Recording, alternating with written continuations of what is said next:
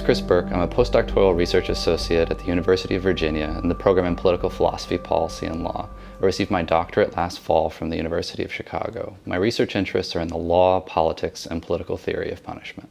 We're horrified by accounts of mistreatment in mental facilities, overcrowding, and violence within prisons, as well as the exploitation of children under state supervision. I think there's a problem with describing these issues as simply a deficit of conditions, or of care, or of treatment, or of moral reasoning. There's something else that's at stake, a democratic deficit that's largely unexamined in popular discourse as well as academic thinking. In part, a political vulnerability invites the kinds of abuses that we see in the contemporary landscape of custody and confinement.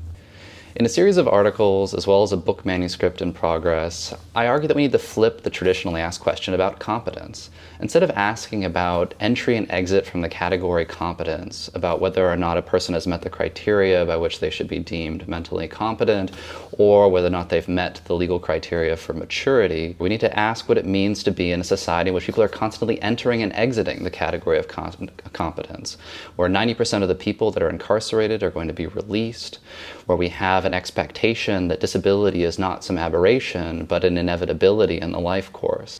So my cases collectively investigate what I call civic competence, and episodes where people that are thought to be previously disqualified come to become authors and participants in the institutions in which they're confined.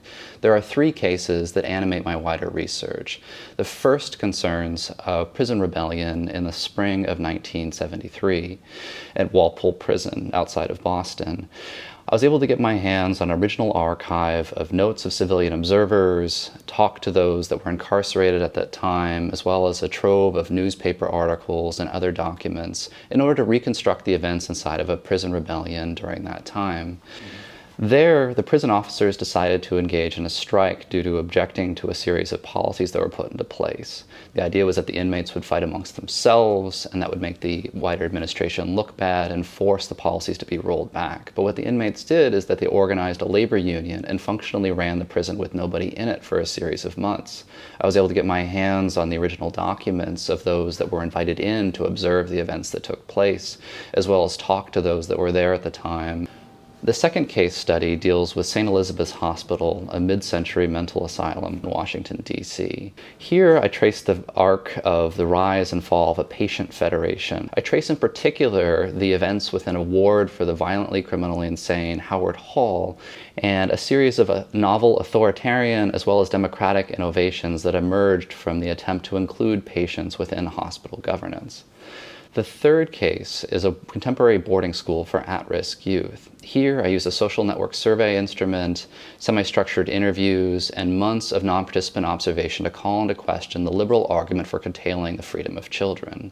What these cases collectively show is that there is a disjoint between the complexity of empirical examinations of custody as well as the simplicity of our normative reasoning about care. I ultimately advocate for what I call responsive custodial institutions. So a responsive custodial institution is one that builds civic capacity, that treats limits to participation as provisional, and experiments with ways to include the voices of wards into wider custodial governance.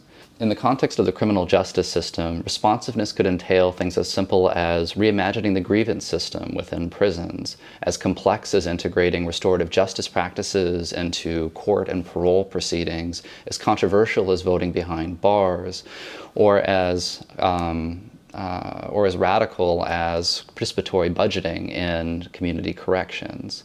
Collectively, they provide a way to think about custody in a way that respects the interests of those that are under trusteeship and finds a way in order to understand what those interests are. My work connects scholarship on democratic institutional design with custody and competence to the benefit of both.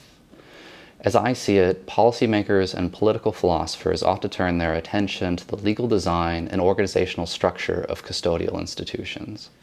The University of Virginia has been the ideal place to pursue my research and teaching interests. The university, PPL, the Department of Politics have provided resources, they've provided fellowship, and they've most importantly provided a community that's dedicated to rigorous intellectual inquiry.